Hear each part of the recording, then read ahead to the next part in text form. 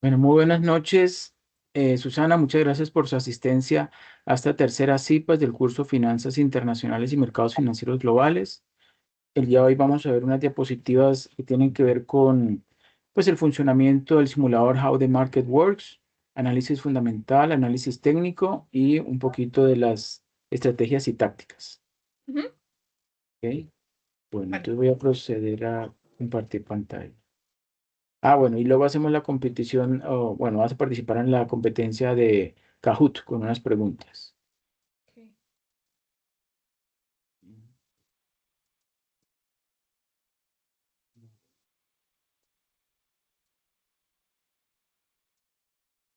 ¿Me confirmas si observas allí la pantalla ampliada?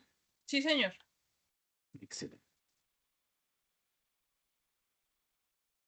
Bueno, vamos a escuchar un poquito sobre este simulador que es nuevo para ustedes, How the Market Works o cómo funciona el mercado. Es un juego de mercado de valores gratuito que presenta clasificaciones y precios de acciones en tiempo real, que permite a los usuarios aprender sobre los mercados de valores e invertir en acciones, ETFs que son fondos cotizados en bolsa, bonos y fondos mutuos. Ahora, ¿qué es un tipo de orden? Cuando se desea comprar o vender una acción, pues los precios siempre se mueven. El precio ahora podría ser muy diferente al precio mañana. La mayoría de los inversores se preocupan por comprar y vender acciones solo cuando tienen un precio determinado. Los diferentes tipos de órdenes son las diferentes instrucciones que le da a su corredor, ¿sí? O broker cuando realiza una operación sobre cómo actuar en función del precio de una acción, un fondo mutuo, una opción u otro instrumento financiero. Ahora, ¿qué significa poner una orden de mercado? Colocar una orden de mercado significa que desea comprar las acciones lo antes posible, al precio de mercado que sea. Por ejemplo, si quisiera comprar acciones de Google, que su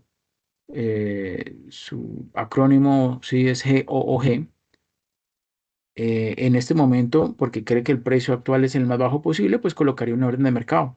Si sabe, ¿sí? Que está lo más bajo y que va a empezar a subir Ujú. para tratar de comprarlas lo antes posible. Detalles de las órdenes de compra, perdón, de las órdenes de mercado de compra. Las órdenes de mercado son las que más utilizan la mayoría de los traders principiantes. Se ve el precio y luego se quiere comprar o vender lo más cerca posible a ese precio. Sin embargo, ojo, alguien aún necesita completar su pedido para que se realice. El hecho de que desee comprar 50 acciones de una acción, pues no significa que haya 50 personas dispuestas a vendérselas.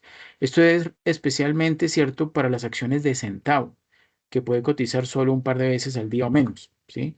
Pero para los otros no. Bueno, ahora veamos orden de límite de compra. Una orden limitada, ¿sí? Es cuando desea comprar o vender algo, pero solo a un precio bueno. Se puede determinar previamente qué es un buen precio tanto de compra como de venta. Detalles de las órdenes limitadas. Cuando está comprando, el precio límite especifica el precio más alto que está dispuesto a pagar por esa acción. Si su precio límite ya está por encima del precio actual, se ejecuta y funciona como una orden de mercado. ¿Mm? O sea, como cumple con ese requisito tan pronto inicia, pues de una vez lo compra. Por ejemplo, suponga que hay una acción que desea comprar, su precio actual es de $55. Desea comprarlo solo si el precio cae a $50 o menos, por lo que colocará una orden de límite de compra a 50. Su orden permanecerá abierta hasta que el precio caiga, ¿sí? Baje de 55 a 50 o menos y se ejecutará. Para las órdenes de venta, funciona la dirección opuesta. Especifica el precio mínimo al que desea venderlo. Si el precio de mercado supera ese precio, pues se ejecutará esa orden de venta. ¿Claros hasta ahí? Sí, señor. Bueno, perfecto. Ahora vamos con las órdenes de suspensión del mercado o Stop Market Order. Una orden stop es para evitar perder demasiado dinero en una posición, razón por la cual también se denominan órdenes stop loss, ¿sí? O parar pérdida. Para comprar, quiere asegurarse de obtenerlo antes de que el precio suba demasiado y se lo pierda. Y para vender, quiere venderlo antes de que el precio baje demasiado y pues pierda demasiado dinero. ¿Cuáles son detalles de la orden de suspensión del mercado, de este stop loss order? Las órdenes de stop funcionan exactamente al contrario de las órdenes de límite. Usted especifica un precio malo y su orden se ejecutará si el precio cae por debajo de ese. Para comprar, usaría una orden de stop si está pensando en comprar una acción, pero no quiere comprarla hasta que el precio comience a subir. En este caso, establecería una orden stop por encima del precio de mercado. y tan pronto como el precio de mercado supere el precio stop, pues su orden se ejecutará. Para vender funciona como una prevención de pérdidas. Establecería su precio de parada en el punto en el que desea venderlo si el precio sigue cayendo. ¿Sí? Es como así una especie de alerta, ¿no?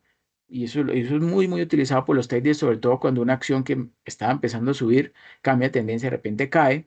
Entonces, para limitar la pérdida, dice, véndamelo todo porque va con tendencia negativa y puede llegar muy, muy bajo, ¿cierto?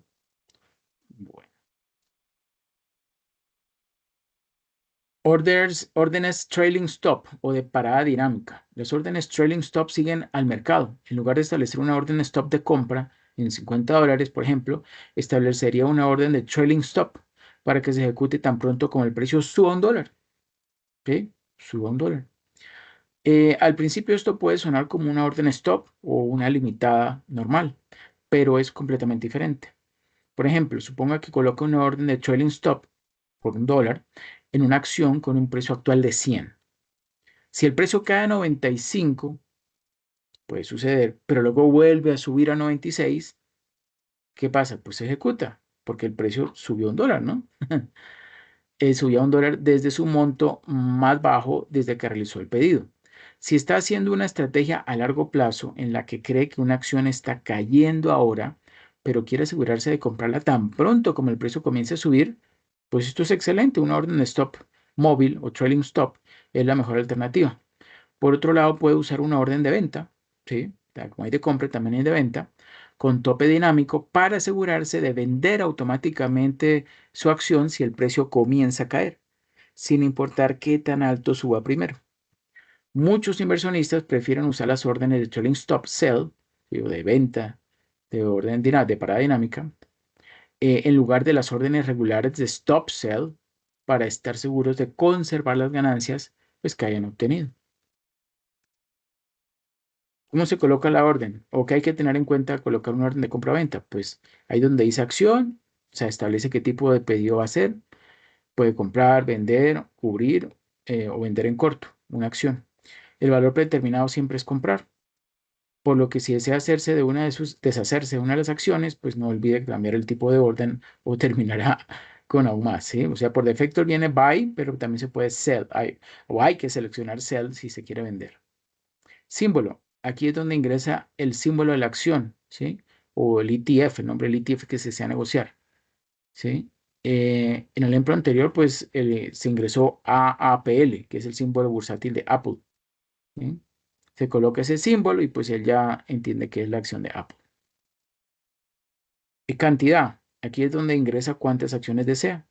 Si accidentalmente pide más de lo que puede pagar, pues no se preocupe, el sistema evitará que se arruine. Él le va a mostrar una alerta. Y cuarto tipo de orden, ¿sí? Ese es el que dice type, ¿no?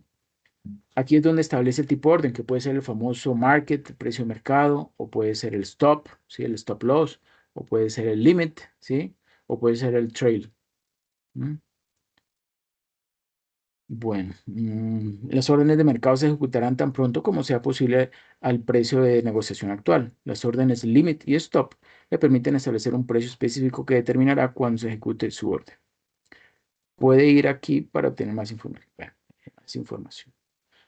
Cuando uno le da clic a ese simbolito de exclamación, él da una breve explicación de qué se trata, ¿sí? De qué se trata esa casilla.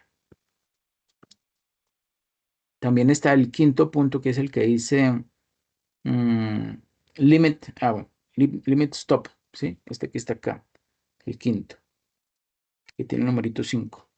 Si se está utilizando una orden de mercado, como en el ejemplo anterior, pues esta casilla aparecerá atenuada, ¿sí? Ya que no establece un precio para las órdenes de mercado. Obvio, va a estar en color gris. Atenuado es gris, ¿sí? Dice, pues no está activo. ¿Por qué? Porque ya le puse que era market. Market no es un precio establecido, sino simplemente tan pronto abran el precio que esté ahí en el escáner, que esté negociándose, a ese precio pues lo compra o lo vende. Si no está utilizando una orden de mercado, aquí es donde ingresa cuál desea que sea el precio de esa orden límite o stop. Y el ítem 6 es el que dice allí order term, ¿sí? O plazo del pedido. El plazo del pedido es donde usted decide cuánto desea que caduquen los pedidos abiertos. Las órdenes de mercado siempre caducan al final del día de negociación. Eso sí, no hay que colocarlo porque ya se sabe. Es tan pronto cierra la bolsa de valores en ese día, ahí termina o cierra o finaliza esa orden. Si realiza una orden mientras los mercados están cerrados, su orden se activará al comienzo del siguiente día de negociación. Si está utilizando órdenes de límite o stop, entonces tiene la opción de elegir, bueno, hasta cancelar, ¿sí? Esa es una opción para seleccionar, no una fecha, sino hasta cancelar. Como quien dice, hasta el infinito, ¿sí? Como plazo de la orden. Pues esto mantendrá los pedidos abiertos hasta que alcance su precio límite stop o hasta que cancele manualmente el pedido, ¿sí? Que eso también se puede colocar como una especie de alerta, ¿sí? Venda en cualquier momento en el futuro si llega a caer, por ejemplo, la acción de Apple a, no sé, a $100, por decir algo. Bueno. Em, Posiciones abiertas a indicadores de rentabilidad. La página Posiciones Abiertas le brinda una vista rápida de todas las acciones que posee, mostrando información importante como el precio que pagó, lo que valen ahora y cuánto ha ganado o pedido por cada año. La pestaña Fondos Mutuos muestra la misma información para los fondos mutuos, pues si tiene alguno. También tiene la opción de ver cada posición como mini gráficos de un día, de 30 días o de un año. La pestaña predeterminada es Vista Estándar, que se encuentra justo encima de la lista de posiciones abiertas y puede alternar entre diferentes gráficos seleccionando la pestaña adecuada. Indicadores claves de rentabilidad. Bueno, hay dos tipos principales de índices de rentabilidad, los de margen y razones de rendimiento. Una relación de margen le dirá que también una empresa convierte sus ingresos en ganancias. Estos índices pueden indicar a los inversores el costo marginal de atender a los clientes y arrojar luz sobre los costos fijos asociados con el funcionamiento del negocio. La mejora de los índices de margen indica que la compañía está aprovechando efectivamente sus gastos para producir más ganancias para los accionistas. Los índices de rendimiento le dirán que también la empresa usa los activos en su balance general para producir una ganancia. Si una empresa requiere una gran cantidad de activos para generar $1 de ingresos, eso significa que necesita invertir mucho para aumentar sus resultados. Los índices de rentabilidad son más útiles cuando se utilizan para comparar empresas en la misma industria. Si una empresa tiene constantemente índices de rentabilidad más altos que los competidores en la misma industria, pues es una indicación de una ventaja competitiva. Los inversores deben buscar empresas con ventajas competitivas que se negocien a un precio justo. Los inversores deben ser conscientes de estacionalidad de la industria al evaluar los índices de rentabilidad histórica de una empresa. Las industrias minorista y de publicidad generalmente tienen cuartos trimestres sólidos, ¿sí? El final del año, pero los resultados del primer trimestre son mucho más moderados, más bajitos. Como tal, no sería apropiado comparar índices de rentabilidad en el primer trimestre que en el cuarto trimestre del año anterior, pues para empresas en este tipo de industrias. Bueno, razones de margen. Bueno, las razones de los índices de margen son una medida de cómo una empresa convierte los ingresos en ganancias. Los índices de margen más comunes son el margen bruto, el margen operativo y el margen beneficio neto. El margen bruto, pues compara las ganancias brutas contra los ingresos. El factor central para determinar el margen bruto es el costo de los bienes vendidos o cost of goods sold. Solo tiene en cuenta los costos directamente relacionados con los productos vendidos y ningún otro gasto en el negocio. Si una empresa tiene un margen bruto alto en relación con sus pares, sus competidores, pues es una indicación de que puede cobrar una prima por sus productos, ¿sí? La disminución de los márgenes brutos en la industria podría indicar una mayor competencia. El margen operativo compara el beneficio operativo contra los ingresos. Además del costo de los bienes vendidos, las ganancias operativas también tienen en cuenta los gastos operativos estándar, como gastos de marketing, gastos de ventas, gastos generales y administrativos. No incluye cosas como intereses sobre la deuda o impuestos sobre la renta. En cambio, el margen operativo es una buena medida de la eficiencia de una empresa en sus operaciones. Una empresa de rápido crecimiento puede tener un margen operativo pequeño o incluso negativo, pero debería mostrar una mejora con el tiempo a medida que aumentan los ingresos. El margen operativo también se utiliza para evaluar la calidad de la gestión, ya que una buena gestión encontrará formas de mejorar la rentabilidad y la eficiencia. El margen de beneficio neto o el margen neto toma los beneficios finales de una empresa divididos por los ingresos. Tiene todo en cuenta, incluidos los impuestos y los intereses o gastos de intereses. Si una empresa tiene una gran carga de deuda o altas tasas de interés en su deuda, pues aparecerá en su margen de beneficio neto, o sea, lo bajará. Si puede minimizar los impuestos, eso también aparecerá. Sin embargo, los inversores deben ser conscientes de cualquier gasto o ganancia de una sola vez que pueda crear anomalías en el margen neto. Razones de retorno. Los índices de rendimiento miden que también una empresa usa su balance general, uno de los tres estados financieros principales para generar ganancias.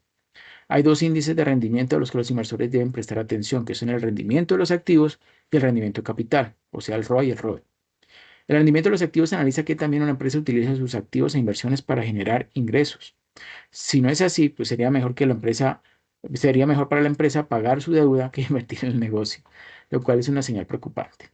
El rendimiento del capital es un buen indicador del potencial crecimiento de una empresa, dado que indica que también una empresa puede usar los fondos que recaudó para aumentar las ganancias. También indica el límite superior en el crecimiento de las ganancias por acción. Si una empresa quiere seguir creciendo, necesita recaudar más efectivo para invertir, pero tendría que emitir acciones adicionales para los inversores o aumentar la deuda, pues lo que tiene un costo. Como tal, el rendimiento del capital se considera como un límite superior en las tasas potenciales de crecimiento de las ganancias. Una empresa que puede desplegar sus activos de manera efectiva para generar ganancias lo hará mejor que una empresa que es menos eficiente con sus activos. Un rendimiento mejorado de los activos puede indicar que una empresa está viendo economías de escala mejoradas a medida que crece el negocio. El rendimiento de capital solo analiza que también una empresa utiliza el capital de los accionistas para generar ganancias. En términos generales, un mayor retorno sobre el capital indica un negocio más eficiente, pero una empresa podría evitar el capital en favor de la deuda, o sea, estar más endeudado, para invertir y aumentar los activos. ¿Qué es lo que pasa? Que la tasa del costo exigido al capital, ¿sí? El rendimiento exigido a ese capital siempre es mayor a lo que prestan los terceros. ¿Ok? Porque el riesgo para los dueños de la empresa, ¿sí? O accionistas, pues es mayor. Es por eso. Usar el rendimiento del capital en combinación con el rendimiento de los activos puede ser más útil que mirar el rendimiento del capital solo. ¿Cómo interpretar los índices de rentabilidad? Pues echemos un vistazo a cómo interpretan los índices de rentabilidad en varios escenarios. Históricamente una empresa ha tenido un margen bruto muy fuerte, vamos a suponer. Produce consistentemente un margen bruto del 60%. Eso es bueno, 60%. O sea, comparamos utilidades brutas contra ingresos o ventas de a 60%. Sin embargo, su margen operativo es muy bajo, es del 2%. Eso es en realidad una mejora significativa en los últimos años cuando estaba produciendo ganancias operativas negativas, o mucho, estaba generando pérdidas, ¿sí? Operativas. Ahora bien, de todo modo sigue siendo muy bajo. ¿Mm? Mostrar un margen de operativo positivo por primera vez puede ser un catalizador para una acción. Muestra que la empresa puede escalar el negocio y aprovechar los gastos operativos para volverse rentable a largo plazo. Otra situación es comparar dos empresas de la misma industria. Uno tiene un margen bruto del 40%, el otro tiene un margen bruto del 15%. La primera empresa puede cobrar una prima por sus productos y servicios, lo que indica una fuerte ventaja competitiva en la industria. Sin embargo, la segunda empresa solo puede mantener sus precios bajos para aumentar su escala. Los inversores también deben mirar los márgenes operativos respectivos de la compañía para verificar. Si los márgenes operativos de la segunda empresa están en línea con los de la primera, pues claramente tiene suficiente escala para compensar el menor margen bruto en las ventas de sus productos. Esto podría ser una ventaja para la segunda compañía. Los inversores querrán ver un aumento en el rendimiento de los activos para la mayoría de las empresas, pero una disminución en el índice de ganancias puede ser aceptable si da como resultado un crecimiento general de los ingresos y las ganancias. Lo que es más importante, los inversores quieren que el rendimiento de los activos supere la tasa de interés de la deuda de la empresa. Eso sí, debe ser para generar valor económico. ¿Se acuerda una fórmula de calcular EVA? Es restarle al ROA, rendimiento sobre los activos, el costo de capital. ¿Okay? Es otra forma, ¿no? Calcular el EVA. Bueno, fondos cotizados en bolsa, ETFs. Son fondos mutuos en muchos sentidos, pero cotizan en una bolsa de valores normal como una acción, y su valor está determinado tanto por el valor de los activos subyacentes como por el valor del ETF en sí. Los ETF no suelen gestionarse de forma activa, sino que funcionan como un índice. El fondo se establece para realizar un seguimiento de una cesta de acciones u otros activos financieros en una determinada clase preexistente. Ejemplo, el ETF SPDR, SPY. Ese fondo, ¿sí? se basa en el Standard & Poor's 500. Eso significa que todas las acciones del ETF SPY representan una pequeña parte de las acciones de las 500 empresas en el índice Standard & Poor's 500. Casi todos los índices bursátiles populares tienen un ETF que los rastrea diariamente, pero ese no es el único tipo de índice que seguirá un ETF. También hay ETFs que están diseñados para seguir productos básicos, por ejemplo, USO, United States Oil Fund LP, y DBO, Invesco DB Oil Fund. Se basan en el precio del petróleo y las empresas que extraen refinan el petróleo, mientras que GLD y SLB pues siguen el precio del oro, que es el de gold, ¿sí? Y SLB es el de silver, el de plata, respectivamente. Los ETFs son muy útiles porque son una manera fácil de comprar una amplia gama de activos a la vez. Se evita vencer al mercado, permitiendo comprar el SPY ETF y estar muy cerca de igualar al rendimiento del mercado automáticamente. Según ETF Database, los ETFs se clasifican en las siguientes 9 categorías. Ya lo vamos a ver. Son esos que están acá. ¿Qué son? ¿Cuáles son las categorías? Son bonos, ¿sí? Renta fija. Segundo, capital. Tercero, commodities. Cuarto, monedas. Quinto, propiedad raíz. Sexto, apalancados, ¿sí? Leverage en inglés. Séptimo, volatilidad. Y octavo, inversos, ¿sí? O sea que se mueven al contrario del mercado. Comienza ya a mano derecha, los ETF de petróleo y gas, ¿sí? Invierten directamente en petróleo o gas y sus materias primas subsidiarias. Estos fondos casi siempre utilizan la exposición a futuros para invertir en sus respectivas materias primas. Los ETF de bonos inversos, o sea, los de la categoría 8, brindan una exposición inversa, ¿sí?, a los puntos de referencia populares de renta fija. Se pueden utilizar para beneficiarse de las caídas en el mercado de bonos, ya que están diseñados para aumentar su valor cuando el precio de ciertos índices pues, de renta fija bajan. Los ETF sobre acciones de crecimiento de gran capitalización están allí dentro de la categoría 1, bonos, renta fija. ¿Sí? Invierten en acciones de empresas en crecimiento que tienen un elevado tamaño de capitalización de mercado, generalmente de 10.000 millones o más. Dado que las acciones de SPY, el que simula ¿sí?, el Standard Poor's 500, pues sus participaciones son un libro abierto. SPY otorga mayor peso a las acciones con valores de mercado más alto para que pueda saber cuáles son sus principales acciones en cualquier momento. Es importante tener en cuenta que SPY pondera las acciones en función del valor de las acciones disponibles para negociar. Eso significa que está dominado por las empresas más grandes. Solo las 15 acciones más valiosas de las acciones de SPY representan aproximadamente un tercio de su valor, ¿sí? O sea que un tercio, un 33% de lo que uno compre está metido en las 15 acciones más valiosas. ¿Cuál es la diferencia entre los ETFs o fondos cotizados en bolsa y fondos mutuos? Pues existen algunas diferencias principales entre los dos, pero la más importante a tener en cuenta es que los fondos mutuos se administran activamente. O sea, lo que significa que hay un administrador de cartera y un equipo de analistas que compran y venden activamente valores en el fondo, ¿sí? Para, pues, tratar de obtener el mayor rendimiento dado el propósito de fondo mutuo. Mientras que un ETF no se gestiona activamente, sigue un índice persistente. Eso significa que los activos subyacentes de la mayoría de los ETF no cambian mucho. La composición de un ETF de Standard Poor's 500 pues no va a cambiar mucho con el tiempo. Algunas otras diferencias importantes son, primero, los ETF se negocian en una bolsa, al igual que la acción. Los ETF pueden tener un valor ligeramente diferente al valor liquidativo de sus tenencias. Eso significa que puede ser posible comprar un ETF por un poco más que el valor de los valores que representa, generando una oportunidad de obtener ganancias a través del arbitraje. Puede pasar. Tercero, los ETF suelen tener tarifas más bajas que los fondos mutuos. Eso también es cierto. Cuarto, a menudo es más fácil realizar un seguimiento de los activos subyacentes en un ETF, ya que no cambia tanto como los fondos mutuos.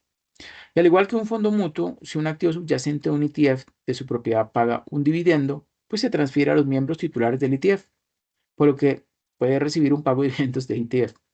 Los ETF también se pueden dividir. Por lo general, esto sucederá una vez al año. Y todos los ETFs creados por una empresa se dividirán al mismo tiempo. Puede pasar, ¿no? ¿Qué dice el teorema de separación de Fisher? Dice que un individuo que participa en un mercado tomará su decisión de consumo intertemporal, o sea, a lo largo del tiempo, sujeta a una restricción racional de producción y luego elegirá un nivel de consumo adecuado a sus preferencias y restricciones presupuestarias, pues prestando o endeudándose a una tasa de mercado.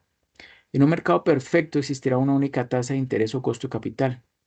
En la práctica, el funcionamiento de los mercados no es perfecto, existiendo fricciones de mercados o costos de transacción que invalidan el teorema de Fisher en su forma pues, más pura. Sin embargo, el trasfondo del postulado de Fisher, importante, es un paso importante en la decisión de inversión. Necesariamente debemos concebir la decisión de ahorro e inversión como una regla práctica que precede a la decisión de consumo.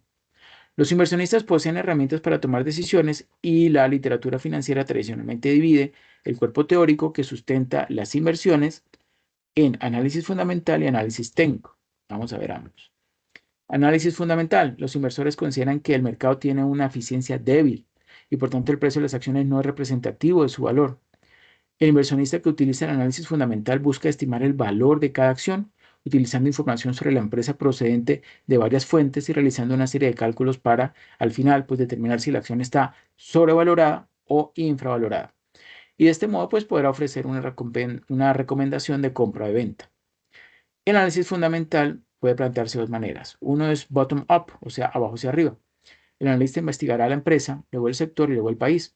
Por tanto, el analista de valores deberá hacer un estudio de las ventajas y desventajas de la compañía.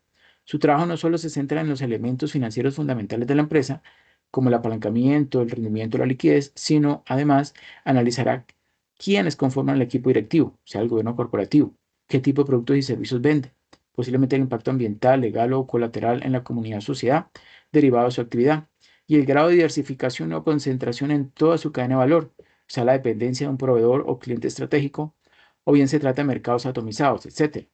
Después de estudiar la empresa, se deberá analizar el sector y la estructura del mercado, identificar si el producto o servicio ofrecido está inmerso en un mercado de competencia perfecta, competencia monopólica, oligopolio, monopolio o monopsio, etc.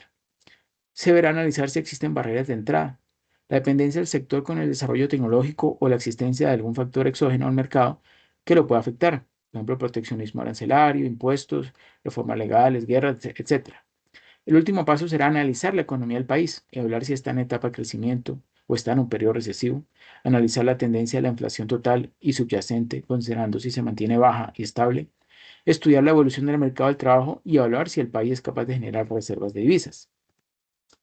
El otro tipo, top-down, arriba hacia abajo, es completamente al contrario. El analista comenzará su investigación económica, política y financiera sobre el país. Luego bajará, continuará con el sector económico y por último analizará la empresa. Una vez examinado el contexto de la empresa objetivo, es necesario analizar herramientas que permitirán conocer el valor de la acción de la empresa en estudio. El análisis fundamental se sirve de dos técnicas básicas, valoración absoluta y valoración relativa. Valoración relativa o por múltiplos. La valoración por múltiplos calcula el valor de una empresa a través del valor conocido de otras empresas comparables. Este método asume que los mercados son eficientes y que toda la información disponible se encuentra contenida en los precios. Un indicador muy utilizado en valoración relativa es el indicador PER, ¿sí? O Price to Earnings. Corresponde a la sigla Price Earnings Ratio, ¿sí? Eso es lo que significa PER, Price Earnings Ratio, o relación precio-ganancia, ¿sí? ¿Qué es? Pues es el múltiplo de valoración relativo más extendido en la práctica. El PER mide la relación entre el precio de mercado de una acción, ¿sí? Y su beneficio por acción, ¿sí? O el dividendo. ¿Sí?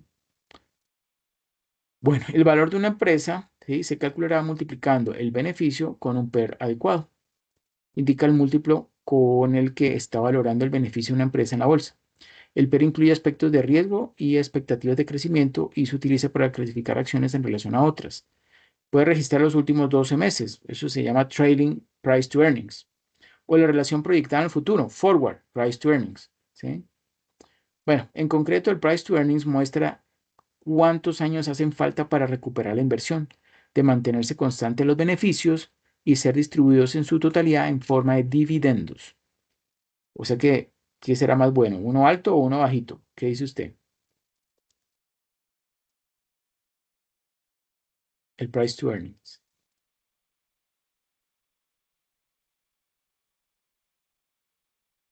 Susana.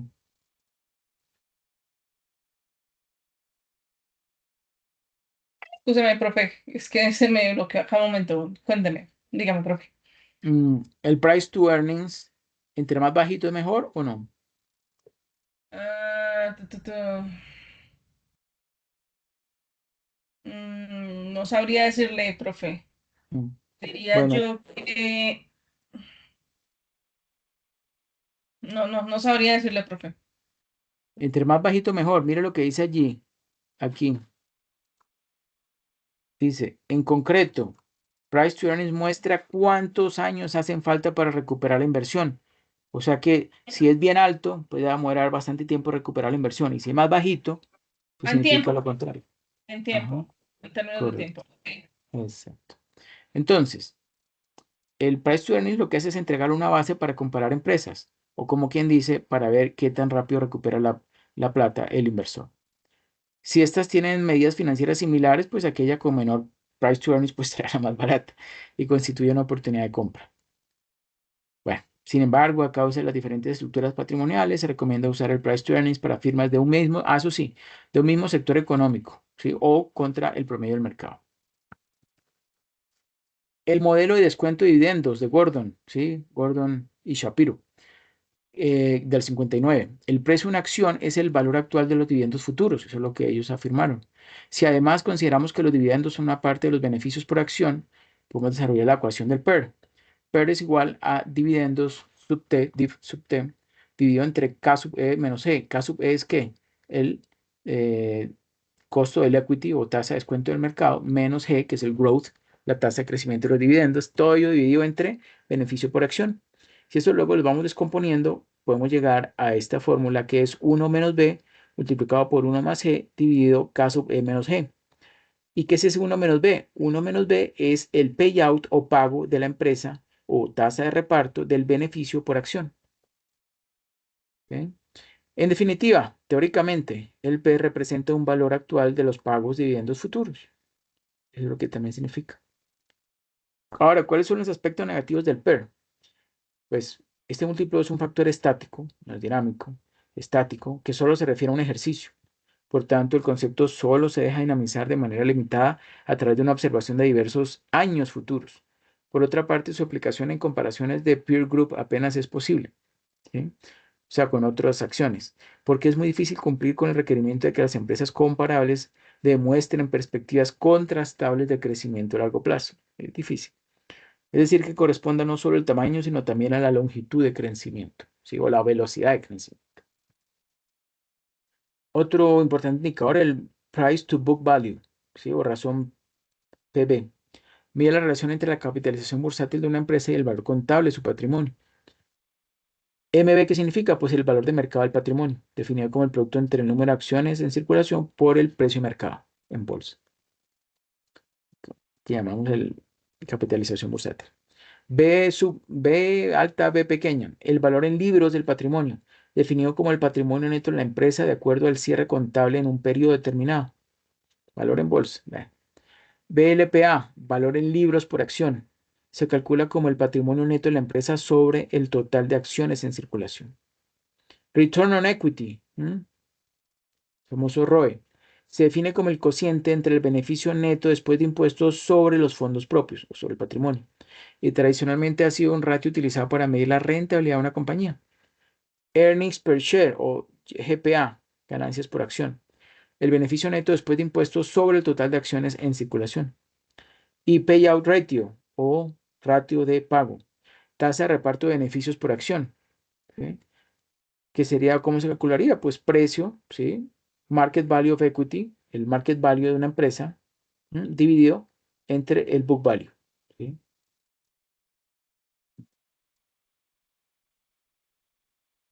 Aquí tenemos ahí una explicación.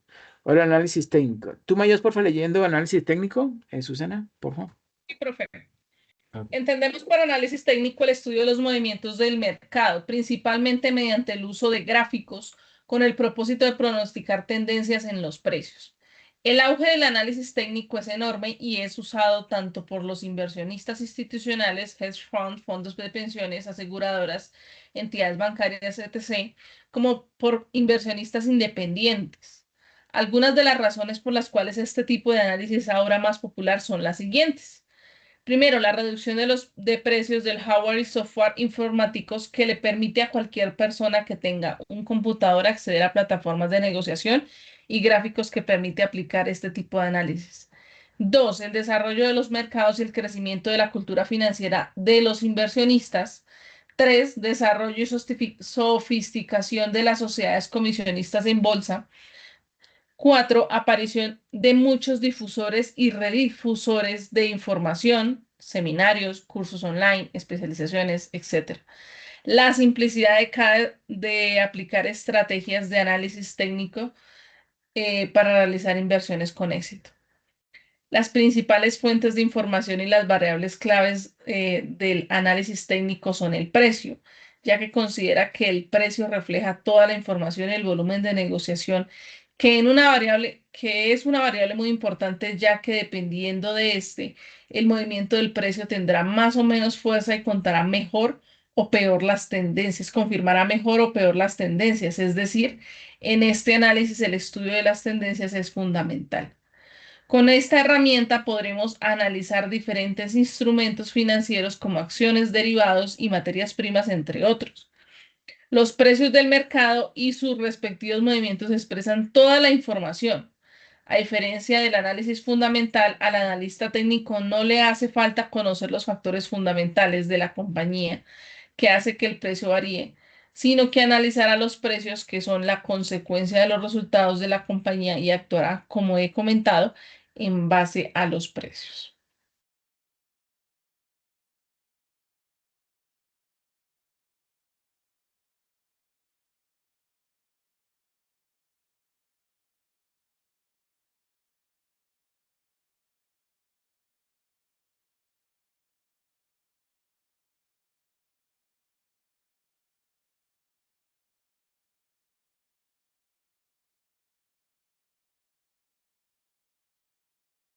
Hola Susana, qué pena. Ya acabaste, ¿cierto?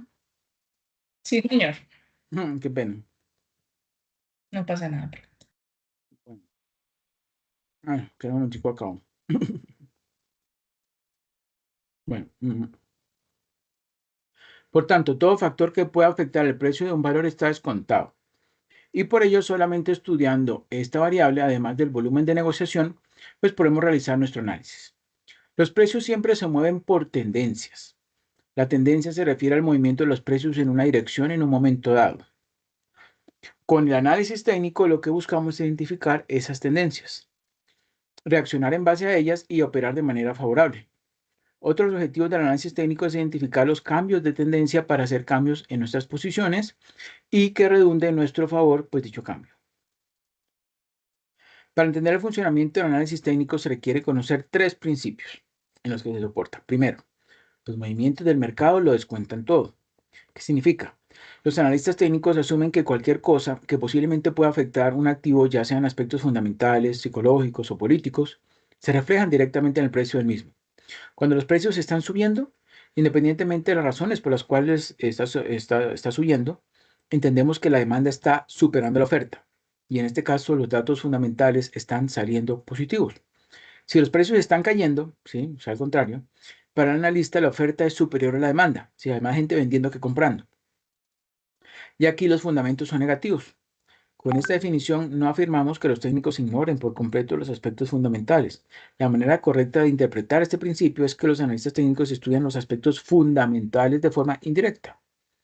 La causa de los mercados alcistas o bajistas están en la fuerza subyacente de la oferta y la demanda, es decir, en los fundamentos económicos de un mercado. El analista técnico sabe que hay razones por las que los mercados suben o bajan, pero no cree que sea necesario saber cuáles son esas razones para realizar un adecuado pronóstico. Considera que todo afecta al precio y todo se refleja en él. Entonces es necesario solo estudiar el precio del mercado.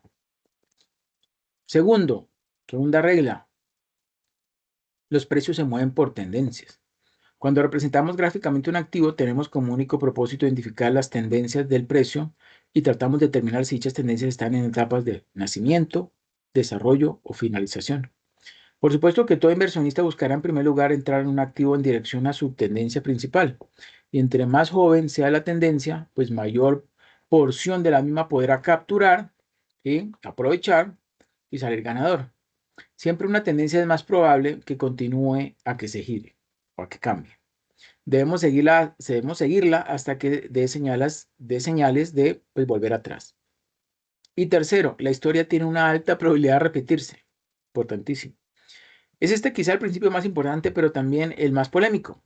Gran parte del análisis técnico y del estudio de los movimientos está basado en la psicología humana, que tiene tendencia a no cambiar. En resumen, lo que indica este principio es que si los patrones han funcionado en el pasado, asumimos que podrán funcionar así en el futuro. Esto nos permitirá descifrar el comportamiento próximo de los activos mirando su evolución histórica. Y todavía funciona, ¿no?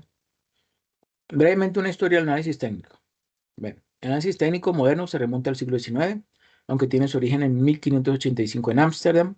Fue creado por Charles Henry Dow, creador de la teoría de Dow, donde se asientan los principios del análisis técnico. Dow era un periodista y economista. Es el precursor de los índices bursátiles al crear en 1884 un índice formado por 11 acciones, de las cuales 9 eran de empresas ferroviarias. Perdón, más tarde dividió el índice en dos para separar las empresas ferroviarias de las demás, distinguiendo en 1896 dos índices: el Dow Jones Industrial Average, que todavía sigue, y el Dow Jones Railroad Average, que ya no existe. El trabajo de Dow se basaba en describir el comportamiento del mercado, sin intentar anticiparse a las tendencias ni aprovecharse de la evolución futura de los valores, sino que quería observar la existencia de mercados alcistas y bajistas. ¿Me ayudas por favor leyendo esta diapositiva,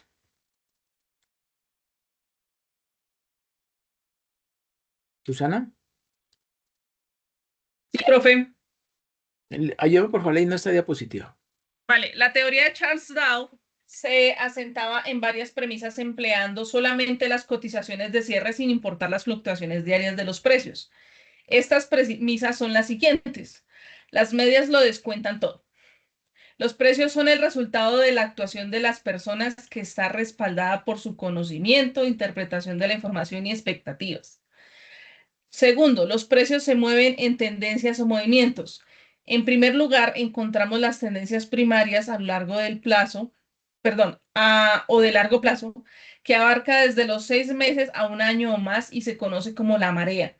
En segundo lugar, las tendencias secundarias o de mediano plazo, que van desde las 3 semanas a 3 meses y son también conocidas como olas. Y finalmente, las tendencias terciarias menores o de corto plazo y son tendencias de menos de 3 semanas y que también se les conoce como ondas. Tercero, las tendencias primarias alcistas siguen 3 fases en su evolución. La fase de acumulación o de compra institucional, la fase fundamental o compra por parte del público en general y la fase de distribución o de venta institucional. Cuarto, las medias deben confirmar las tendencias alcistas o bajistas. Para confirmar esas tendencias es necesario que varios índices confirmen la evolución alcista y bajista a la vez y no solamente uno.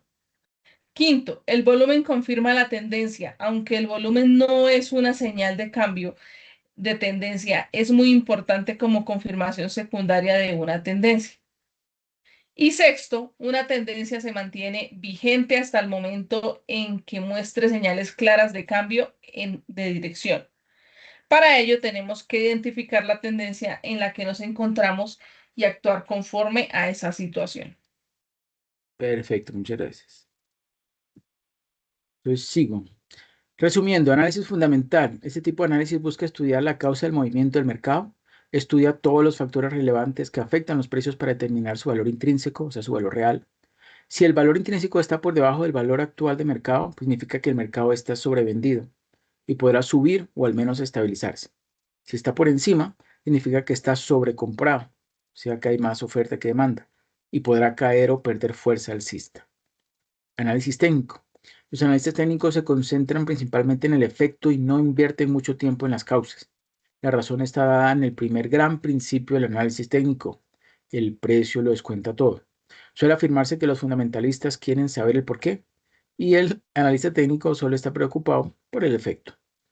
Es común ver que en muchas ocasiones los gráficos y los análisis fundamentales presentan diferencias. Esto es común al principio de las grandes tendencias. Puede ocurrir que los fundamentales no apoyen ni expliquen lo que el mercado está haciendo. Es habitual que después vuelvan a estar sincronizados, pero quizá ya sea tarde para actuar. En los más fuertes movimientos alcistas o bajistas presentados en la historia, en los diferentes mercados del mundo, todo comenzó con cambios pequeños en los fundamentos. Cuando se conocieron los cambios, la nueva tendencia ya estaba plenamente en marcha, siendo entonces el análisis técnico quien detectó el giro de una manera más rápida. El técnico sabe que eventualmente se conocerán las razones de los movimientos de los mercados, pero pues no está dispuesto a esperar a que eso ocurra. Ahora vamos a ver herramientas de análisis técnico, los gráficos. Hay gráficos de barras, gráficos de líneas y gráficos de vela japonesa o candlestick. Vamos a leer un poquito de la candlestick o vela japonesa. Se denomina vela a este gráfico porque al unir el precio máximo con el precio mínimo, la línea resultante parece una vela con un cirio y una mecha. La construcción es igual que la del gráfico de barras, con la diferencia de que encontramos un cuerpo principal que refleja el rango entre precio de apertura y de cierre. Si el precio de cierre es superior al precio de apertura, pues este cuerpo principal será de color blanco o verde, ¿sí? Y si por el contrario el precio de apertura es superior al de cierre, pues será negro o rojo. Existe la posibilidad de que el precio de apertura sea igual al del cierre. En este caso no habrá ningún cuerpo principal y se trazará una línea horizontal que recibe el nombre de doji. Encima y debajo del cuerpo principal encontramos unas líneas que representan los precios máximos y mínimos de un periodo y que son conocidos como sombras. ¿Mm? Ahí tenemos, ¿no? La vela alcista y la vela bajista.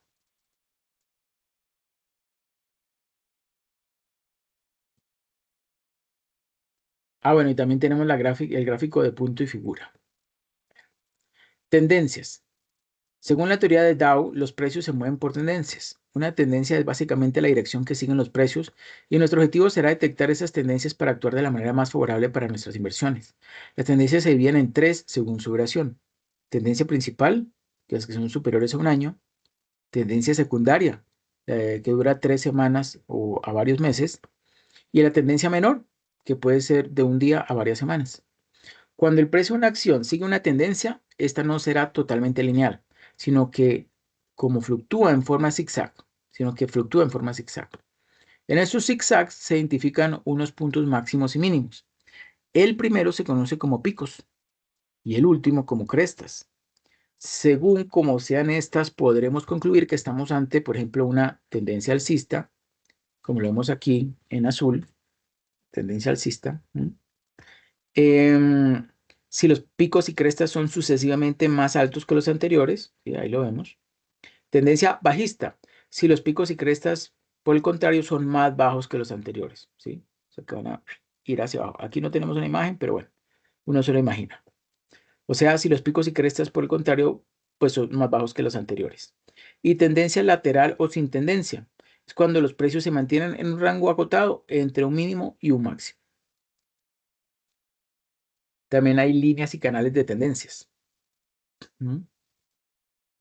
Es una herramienta básica en el análisis técnico. Para su construcción es necesario unir con una línea si estamos en una tendencia alcista, los sucesivos mínimos de los retrocesos. Por el contrario, si estamos ante una tendencia bajista, se unirán los máximos de las subidas. Aquí como está, ha venido bajando y luego subiendo. En el subiendo se trazaron esas dos líneas, una superior y una inferior, en color verde, pues para ver esos límites, ¿no?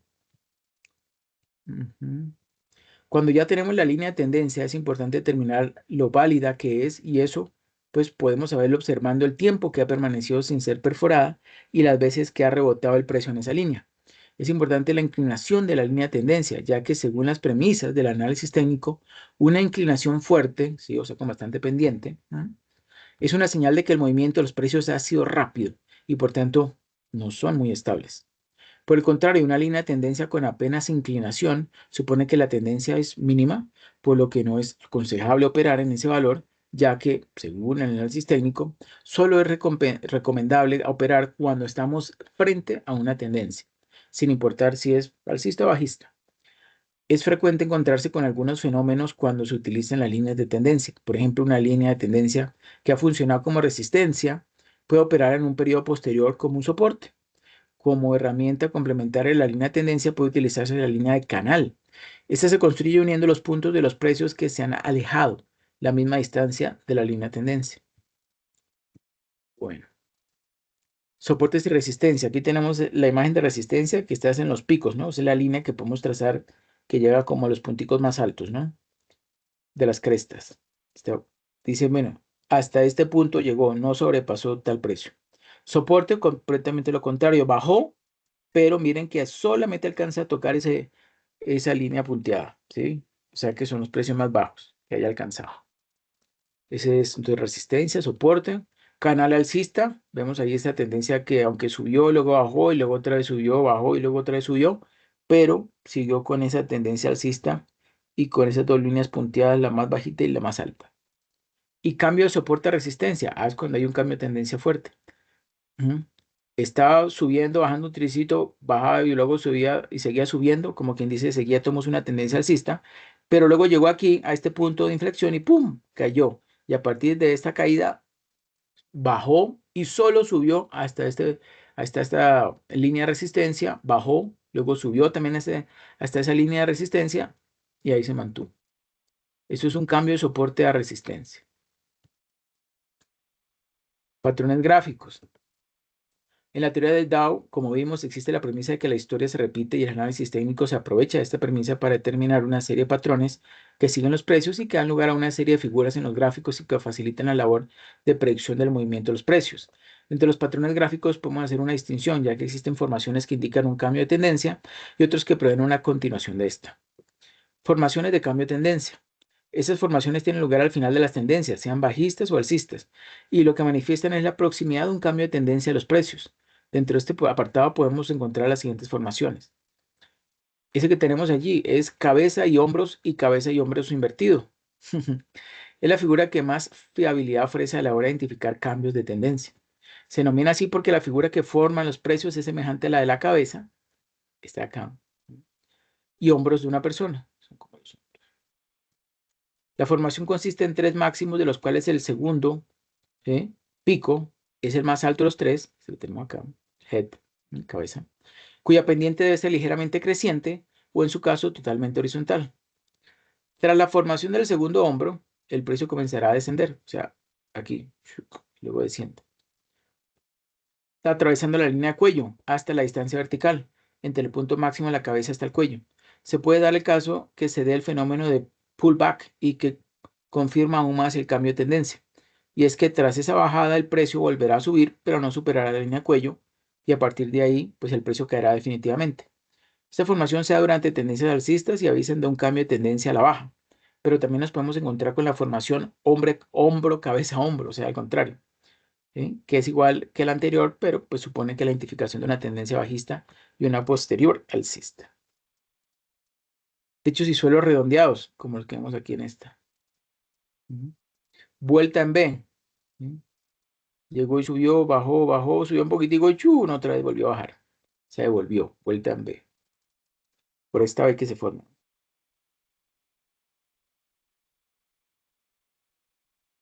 Reversal Day, todo lo que hizo en la mañana al final se cayó. Estaba con tendencia alcista, alcista y luego ¡pum! Cayó.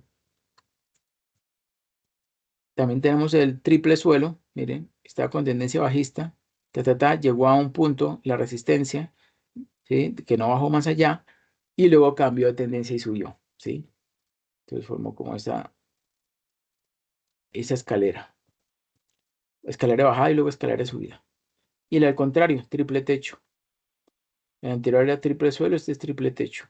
Sube, sube, sube, llegó a subir hasta cierto punto, llegó a ese soporte y luego ¡pum! Bajo otra vez.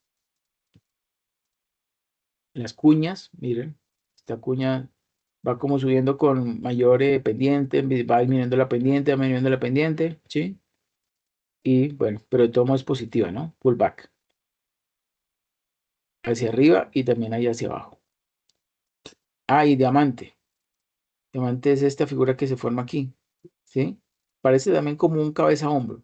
Sube un poquito, baja, luego llega hasta un punto límite, luego baja un poquito, otra vez sube, y luego baja, y luego se forma otro tipo como de figura. Ahí se formó un pequeño diamantico, por eso se llama diamante. Medias móviles. ¿Me ayudas por favor leyendo esta, que es importante? Bueno, indicadores técnicos más populares. Medias móviles, también conocidos como medias móviles simples, y son uno de los indicadores más extendidos y dinámicos del análisis técnico, debido a su facilidad a la hora de programarlos y a la especificidad en la generación de señales de compra y venta. Como su propio nombre indica, la media móvil es un promedio sobre una serie de bloques de información que va variando a lo largo del tiempo. Su cálculo se realiza sobre un número concreto de días que marca el periodo, y cuando aparece un nuevo dato fruto de un nuevo día, se elimina el dato del primer día de la muestra y se agrega el último. La media móvil tiene el objetivo de indicar que comienza una tendencia nueva o de otra forma que una antigua ha finalizado y ha cambiado de dirección. También tiene el propósito de seguir los avances de la tendencia, pero no predecir la acción del mercado como habíamos visto en el análisis charista. En otras palabras, nos dice que los precios han comenzado una tendencia, pero después de haberse producido el hecho. La media móvil es un indicador que suaviza los precios haciendo un promedio de la información de esto. Este hecho permite que tener más claridad de la dirección de los precios con el handicap de demorar la actuación del mercado. Al tener promedios de periodos más largos, el retraso se acentúa aún más, por lo que si queremos seguir muy de cerca el mercado debemos utilizar periodos más cortos.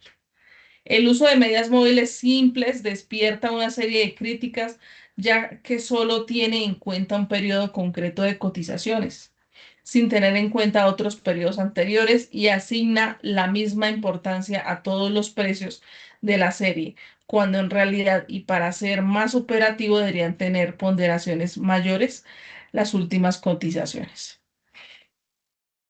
Media móvil ponderada. Al definir la media móvil nos centramos en dos críticas. Una era que todas las cotizaciones tenían la misma importancia, cuando la recomendación de una mayoría de analistas era que las últimas cotizaciones deberían tener mayor importancia. Para solventar este hecho se utiliza la media móvil ponderada, que otorga mayor importancia a las últimas cotizaciones y evita el citado problema. Para ello, acabo su cálculo se multiplica el último precio cierre por el valor del periodo. Es decir, el precio del periodo X se multiplicará por X y el precio del periodo se multiplicará por Y. Cuando ya se tienen los cálculos de todos los periodos, se suman todos los resultados de dichas operaciones y se divide por la suma total de los periodos. Otra forma de cálculo es a través de la media móvil triangular, que proporciona un mayor peso a la parte central del periodo de tiempo elegido y de forma simétrica disminuir el peso de los extremos. Esta ponderación se realiza más en periodos cortos de entre 5 a 25 días para que los extremos no sean demasiado importantes e incrementen el retraso de las medias. Muchas gracias. Ujú. Bueno, osciladores y momentos. El oscilador es un instrumento muy útil en mercados que no tienen tendencias, donde los precios fluctúan entre una banda horizontal. Esa situación, como ya vimos, no es buena para los sistemas que siguen tendencias, y por ello el operador técnico, valiéndose de esta herramienta, puede sacar ventaja de los movimientos laterales y sin tendencia. Sin embargo, los osciladores no son solo útiles ante situaciones de mercado donde existen movimientos laterales, sino que usados de forma combinada con los gráficos de precios durante fases de tendencias, estos llegan a ser extremadamente útiles al avisar a los analistas ante situaciones de extremos en el mercado a corto plazo. Esos extremos son también conocidos como condiciones sobrecompradas o sobrevendidas. Otro beneficio de los osciladores es que también advierten de cuando una tendencia está perdiendo fuerza antes de que la situación ya sea evidente en los propios precios de las acciones. Por tanto, los osciladores indicarán que una tendencia está perdiendo fuelle y a punto de finalizar cuando ésta muestra una serie de divergencias. Las divergencias proporcionan señales anticipadas de la alta probabilidad de un cambio de la presente tendencia de precios. Existen dos tipos de divergencias y ambas son muy frecuentes en los inicios o finales de movimientos importantes en los precios. Una divergencia positiva se produce cuando encontramos en una tendencia bajista dos mínimos consecutivos, el último más bajo que el anterior, y en los osciladores el segundo está por encima del anterior. Cuando esto ocurre es una señal de que hay que tomar una posición. Ahora bien, una divergencia negativa es exactamente lo contrario, es decir, dos máximos consecutivos y en cambio el oscilador, el segundo, está por debajo del primero. Resumiendo, los usos más importantes de un oscilador al ser realmente útiles en determinadas situaciones son A. Cuando el valor del oscilador alcanza un nivel extremo cerca de su límite superior o inferior. B. Divergencias entre el oscilador y el movimiento del precio cuando el oscilador está en una posición extrema. Y C. El cruce La línea media o cero es importante porque pues, puede dar señales para operar en la dirección de la tendencia de los precios. Ahora veamos principales osciladores y sus características y funcionamiento. RSI significa Relative Strength Index, o en español, índice de fuerza relativa. Es un oscilador muy utilizado por los analistas técnicos. El valor del RSI oscila entre 0 y 100.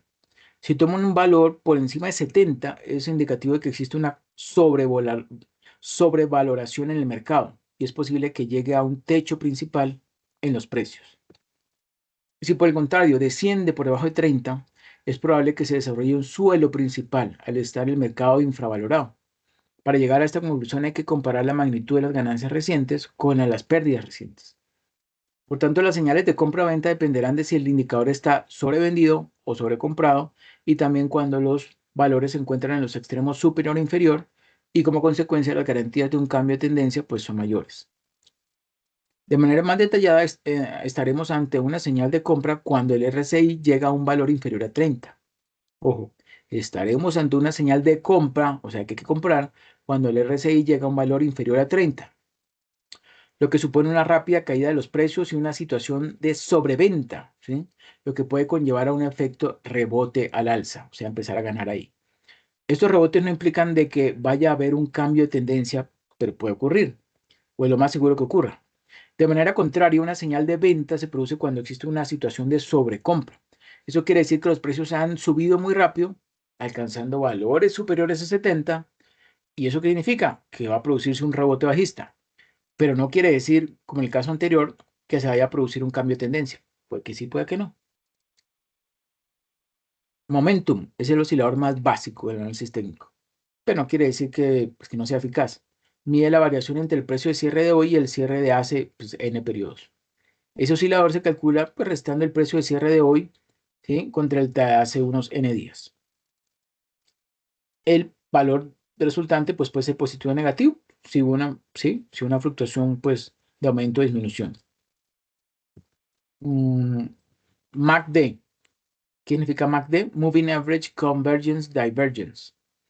Consiste en dos medias exponenciales que van girando en torno a la línea cero. Dos medias forman unas líneas llamadas MACD y Signal. La línea MACD, o también conocida como línea rápida, es la diferencia entre dos medias móviles, una media móvil exponencial larga y una media exponencial corta. Al ser un oscilador para detectar movimientos del mercado a medio y largo plazo, se suele utilizar un periodo de 26 días para la media móvil larga y un periodo de 12 días para la media corta. La línea Signal, o también conocida como línea más lenta, es la media exponencial de la línea MACD para intentar predecir posibles cambios de tendencia a corto plazo. La interpretación de este oscilador es igual que interpretar dos medias móviles. La señal de compra se produce cuando la línea Signal corte por encima de la línea MACD y la señal de venta se producirá cuando la línea Signal corte hacia abajo a la línea MACD. Además de las señales de compra y venta, el MACD también proporciona señales de desaceleración de la tendencia en curso, produciéndose así divergencias alcistas o bajistas. La utilidad que tiene este oscilador es distinta a la que podemos encontrar con otros osciladores que detectan el cambio de tendencia, ya que en este caso, con este oscilador, lo que confirma es si una tendencia será alcista o bajista y si tendrá vigencia a medio y a largo plazo. Estocásticos, bueno, este ya es un poquito más complejo. Ese es muy bueno, bandas de Bollinger. Estos son indicadores de volatilidad. Este indicador fue creado en los años 80 por John Bollinger. Consiste en tres bandas que se dibujan superpuestas al gráfico de evolución del precio para comparar los cambios en el valor de cotización de cualquier activo. Muestra el valor relativo de su precio a lo largo de un periodo de tiempo. Se establecen dos bandas de fluctuación en torno a una media móvil, más dos desviaciones estándar por encima y por debajo. Mediante el uso de desviaciones estándar se asegura en un 90% que el precio fluctuará entre las dos bandas. Este indicador mide la volatilidad por lo que las bandas se expanden y la volatilidad. Es decir, si la volatilidad es creciente, la distancia entre las dos bandas aumentará, mientras que si la distancia entre las dos bandas se estrecha, significa que la volatilidad será baja. Cuando las dos bandas están muy separadas, puede ser señal de que la tendencia puede estar cambiando, y cuando se acercan, la tendencia podría estar iniciándose. La banda central es una media móvil simple, calculada con 20 periodos, que representan la evolución del promedio de los últimos 20 periodos o días a través del tiempo. Onda de Elliott. ¿Me ayuda leyendo Onda de Elliot?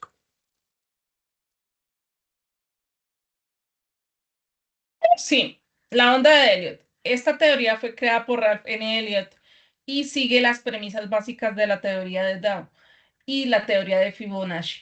Elliot, con su teoría, parte de las bases del análisis técnico, es decir, son los precios los que recogen toda la información y los últimos que rigen los movimientos del mercado. A pesar de esta premisa, Elliot intenta encontrar y justificar el motivo del movimiento y comportamiento del mercado. Para ello, cuantificó matemáticamente un modelo en el que se englobará el comportamiento psicológico de todos los... me perdí. Elliot, comportamiento psicológico de todos los inversores, ya que Elliot los...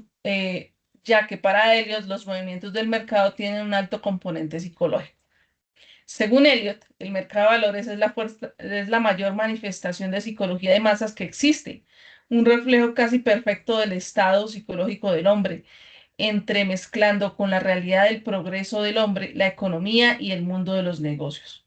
Por tanto, como podemos observar, las premisas de Elliot no difieren mucho de las de Dow, ya que para él la historia se repite, añadiendo que nunca de forma idéntica, sino que hay un progreso de mercado siguiendo un modelo determinado. Básicamente, según esta teoría, los mercados se promueven en forma de ondas. Las principales son las siguientes. Onda de impulso.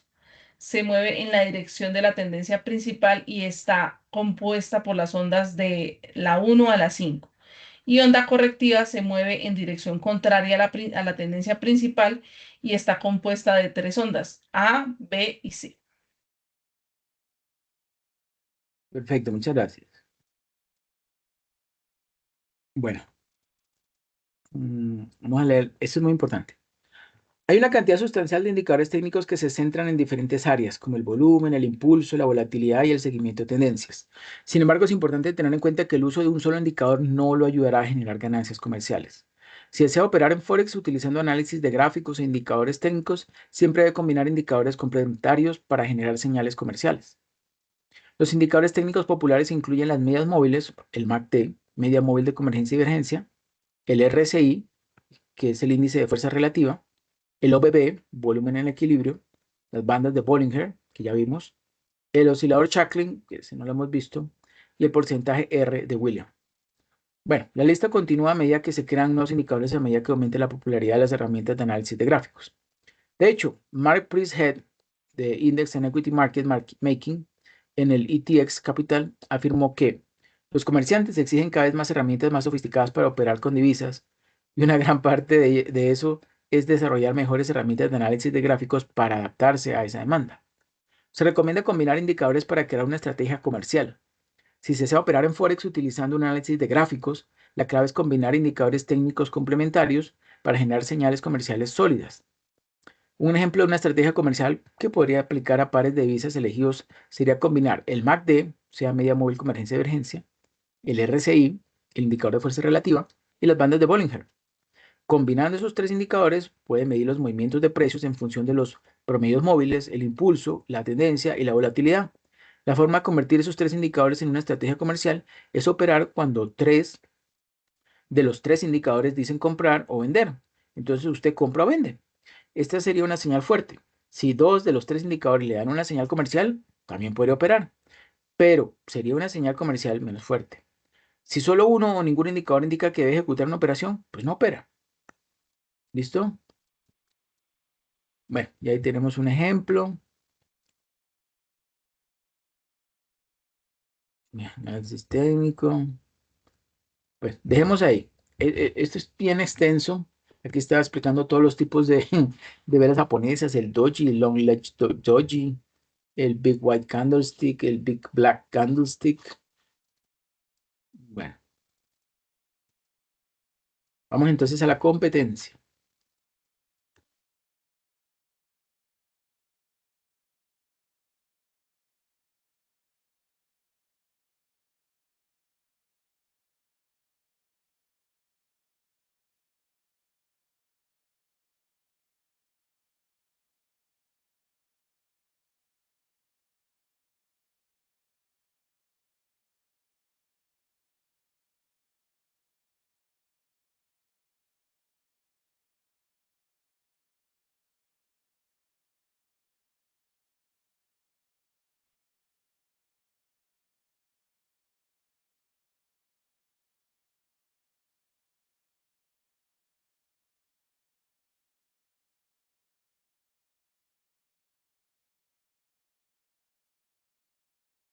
Bueno, entonces, ¿preparada?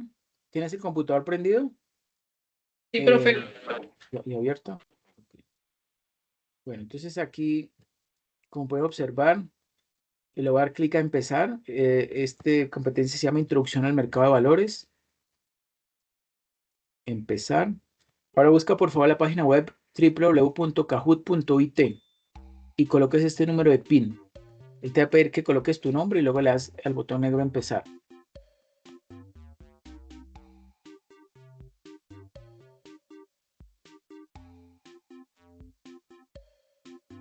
Kahoot, déjeme a ver, www.kahoot.it.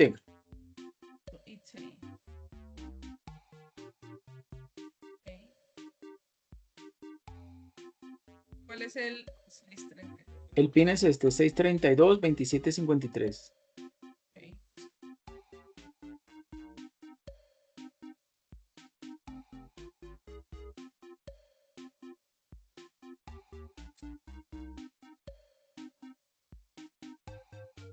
Perfecto, Susana. ¿Preparada? No, ok.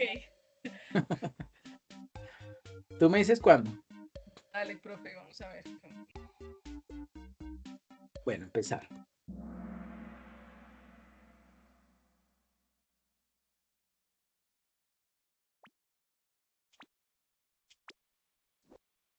¿Qué tan familiarizado estás con el mercado de valores? Pero Este no espera tiene puntos. que Este allá. no tiene puntos. Listo. Nada, ok. ¿Qué es una orden de mercado?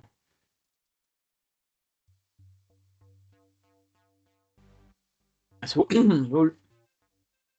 Dale, creo que es una.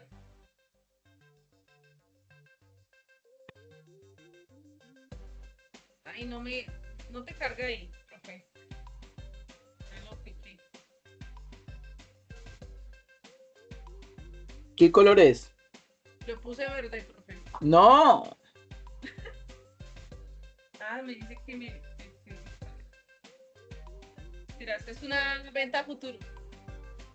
no. Profe, no tengo ni idea. Entonces, Es una venta inmediata. una venta inmediata. Mm. Ay, no, me equivoqué. Qué pena. Bueno, Era compra inmediata. sí, estabas bien. Qué pena. Bueno, no importa. Igual vas a conseguir el primer lugar. Ok. Indica una orden limitada.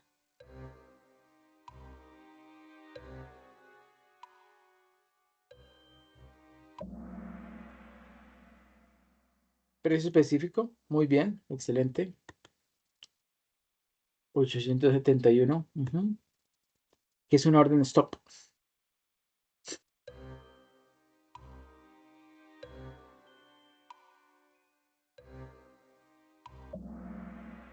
Correcto. Evitar pérdidas. Excelente. 1797 puntos. Muy bien. ¿Qué es una orden trailing stop? Dinámica.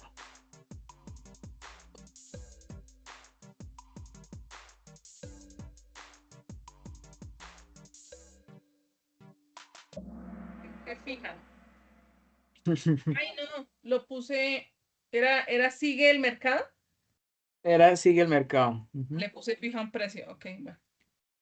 Bueno, no importa. ¿Qué es un ETF? Fondo cotizado en bolsa, ¿no? ¿Mm? Me soplaste, profe, pero bueno, listo. Sí. 2762.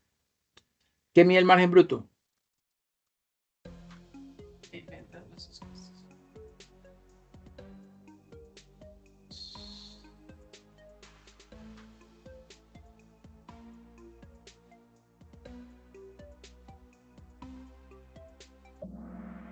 Muy bien, muy bien. 3594. ¿Qué se valora con análisis fundamental?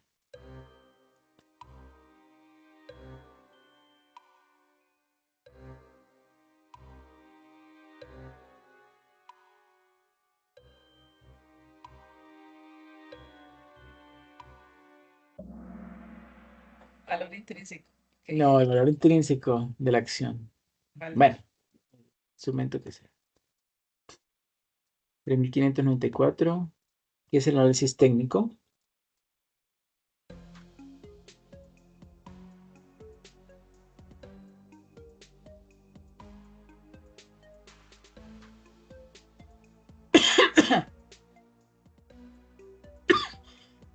Ay,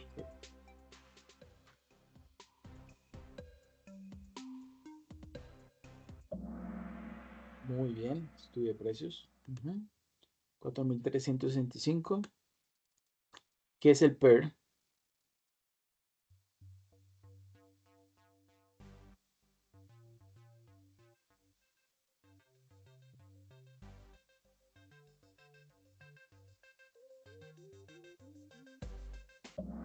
Muy bien, excelente. 5218. ¿Qué es el modelo de descuento de dividendos?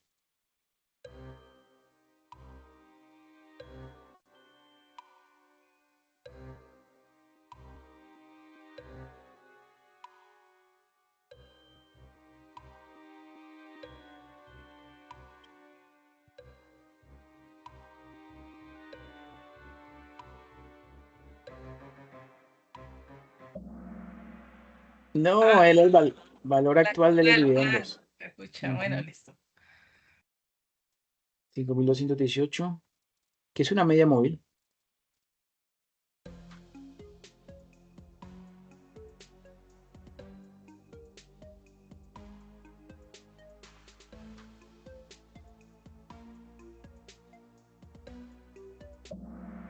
Muy bien, por medio de precios. 6076. ¿Qué es el RSI?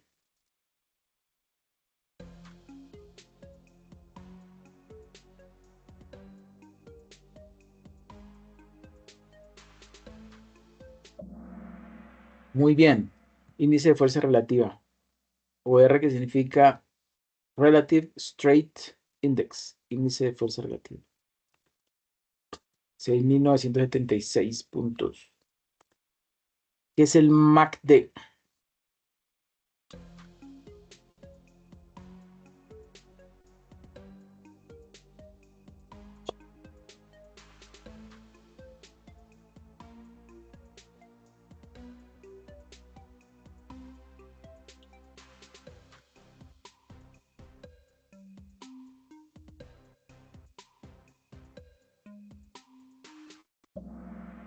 Ah, No.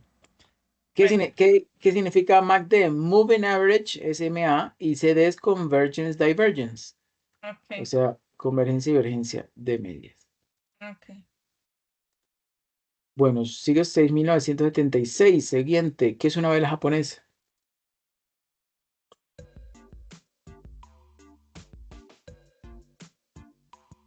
Acuérdate los techos. Tiene dos Sí, sí. precios.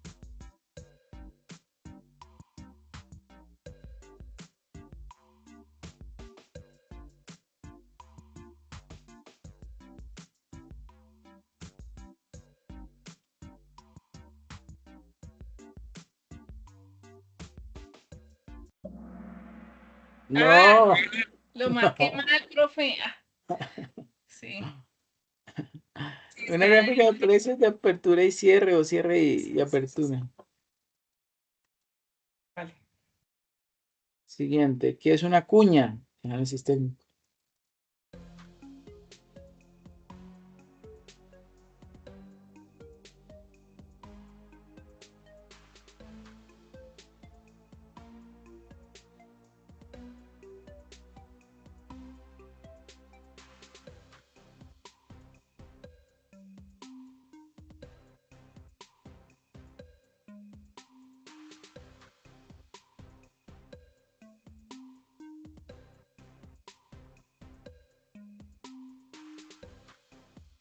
Sí.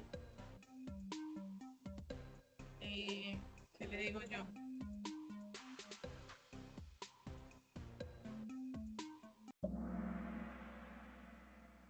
Patrón de precio. Patrón de Era cambio. patrón de cambio era. Le puse de precio yo. ¿Qué es un soporte?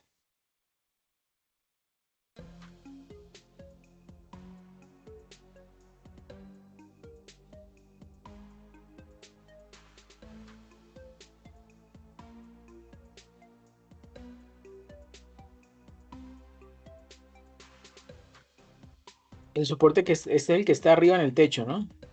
Ujú. Era el máximo entonces. Claro. Ah, mínimo. Sí. No, el máximo. Pero, profe, me marcó mínimo. Ay, O sea, dice mínimo, que es el mínimo. ay, sí. Entonces yo me confundí contigo, qué pena. El de soporte era el de abajo y el de arriba resistencia. Sí, Ok, qué pena. Bueno. no pasa nada. Ah, resistencia, ahí está.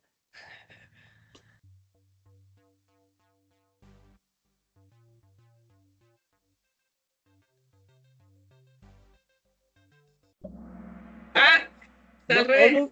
el máximo, si el de antes era el mínimo, pues este es el máximo. Ah, claro, sí, es que no, bueno, no pasa nada. Confundió. Que es una orden de venta en corto.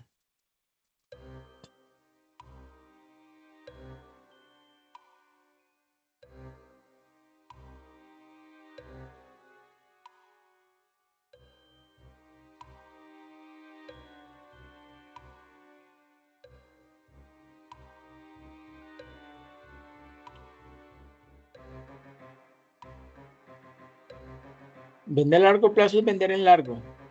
O long. O sea que debe ser el otro.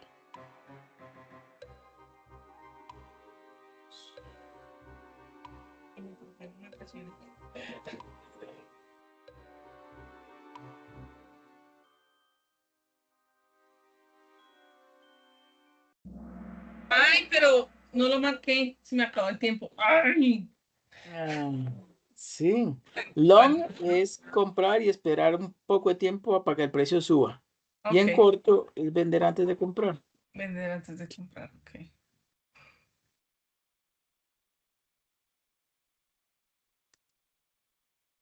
¿El análisis técnico ignora los fundamentos? ¿Sí o no? Técnico, ¿no? Correcto, muy bien. Pero Ah, no, tú no pusiste busqué fácil. esta. No, el No, análisis fundamental toma en ajá, consideración los fundamentos, por eso se llama fundamental. En ok, cambio, el técnico no mira los fundamentos. ¿Cuáles son los fundamentos? El crecimiento del PIB, el desempleo, las tasas de interés, etcétera, etcétera. ok, vale. Bueno, de todos modos ganaste. Claro, claro. Felicitaciones. Bueno, profe. Pero le tomo una foto.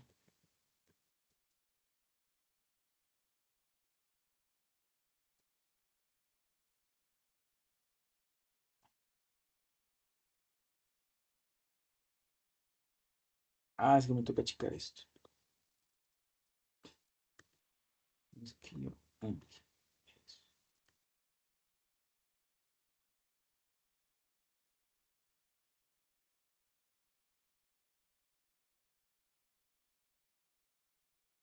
ok, ya lo tengo. Listo, no es más. Bueno, entonces Listo. conseguiste 30 puntos. Vale, profe. ¿Listo? Bueno, Susana, muchísimas gracias por haber participado, por haber ayudado a leer y pues haber eh, estado presente en esta explicación que yo hice. Ojalá hubiera querido que los demás estuvieran presentes, pero bueno, no, no sé por qué no se pudieron conectar. Pues nada, cualquier duda, inquietud, me preguntas. Quisiera saber si pudiste o si se corrió en el simulador esa compra que hiciste de las acciones. Pues, profe, hice la compra de acciones y pues nada, ya de hecho ya pasé a la parte como agresivo, a la segunda parte de la parte colaborativa. Sí. Pues voy a presentarlo el avance en el tema individual, pues en los tiempos que lo hice. Ok. Y pues nada. Ya aquí estoy como tratando de moverme ya con un poquito más de conocimiento, a ver cómo me va. Perfecto, excelente. ¿Y cómo va el valor del portafolio? ¿Va por encima de 250.000 o no? Pero, pero como unos centavos, profe, estoy, Ah, bueno, no importa. Así sea por unos sí, centavos, pero si va positivo, tienes sí. derecho a un certificado que te voy a dar al final. ¿Listo? Ah, listo, profe. Vale, vale, pues. Bueno, con mucho gusto. Que pases una feliz noche. Igual, profe, que estés bien, hasta luego. Chao, chao.